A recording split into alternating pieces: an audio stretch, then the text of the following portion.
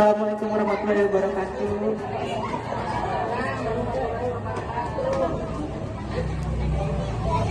Terima kasih sebelumnya kepada ibu-ibu karena sudah bersedia hadir pada pagi hari ini. Terima kasih juga kepada Kepala Sekolah PAUD Gratik dan juga guru-guru PAUD Gratik.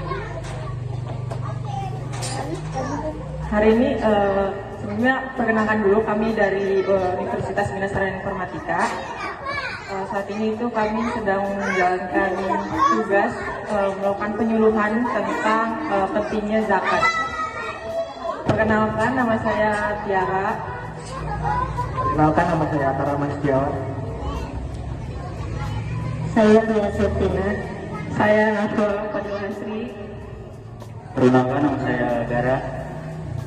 Untuk mempersingkat waktu, kita mulai aja ya buat presentasi mengenai zakat pada hari ini. Jadi hari ini kita bakalan jelasin tentang zakat. Secara istilah, zakat itu adalah kewajiban mengeluarkan sebagian harta tertentu kepada golongan yang berhak menerimanya, sesuai dengan cara-cara tertentu ditentukan oleh syariat Islam. Tujuan zakat itu yang pertama adalah membersihkan harta dan jiwa dari sifat fikir. Setelah itu membantu meringankan beban hidup orang-orang yang membutuhkan. Kemudian syarat dan ketentuan zakat. Untuk syarat-syarat itu, yang pertama itu Islam zakat itu hanya diwajibkan bagi umat Islam saja. Lalu yang kedua, merdeka atau orang yang bukan dalam perbudakan. Lalu yang ketiga itu berakal, wajib zakat berlaku bagi muslim yang memiliki akal sehat dan sudah dewasa. Namun sebagian ulama itu berpendapat bahwa harta anak-anak dan orang tua juga wajib dikeluarkan zakatnya oleh walinya. Harta milik penuh, harta yang akan dizakatkan itu harus dimiliki secara sah dan tidak dalam status kepemilikan yang jelas.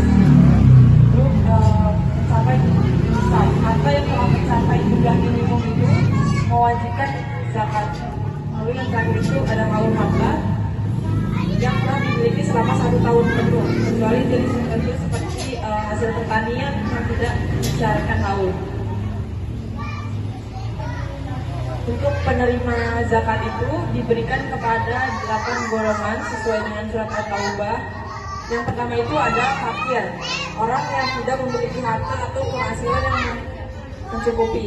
Lalu orang miskin, orang yang memiliki penghasilan tetap tapi tidak cukup untuk memenuhi kebutuhan pokoknya.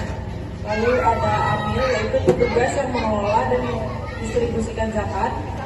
Lalu mualaf, orang yang baru masuk Islam atau membutuhkan penguatan keimanannya. Lalu ada rikob, yaitu kemerdekaan budak atau orang yang tertawan.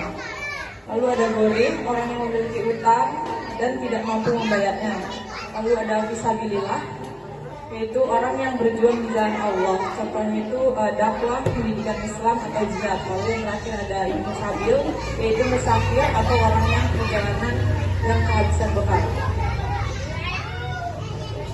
Yang selanjutnya, pentingnya zakat bagi masyarakat. Zakat memiliki peran yang sangat penting dalam kehidupan masyarakat, baik dari sisi sosial, ekonomi, maupun spiritual.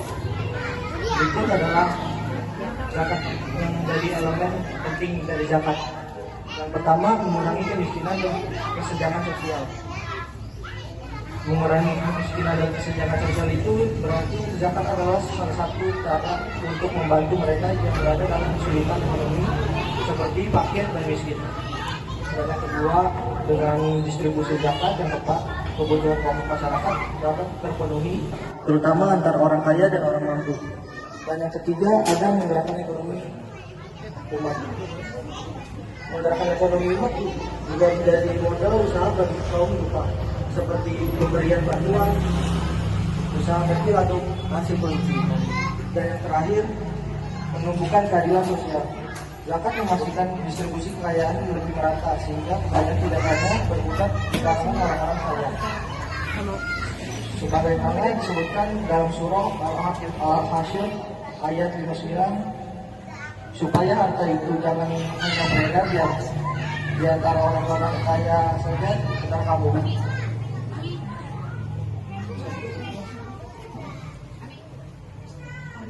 Kemudian tata cara berzakat fitrah. Yang pertama menentukan waktu pembayaran. Zakat fitrah itu sebaiknya dikeluarkan pada bulan Ramadan dan waktu terbaik untuk menunaikannya adalah sebelum sholat Idul Fitri.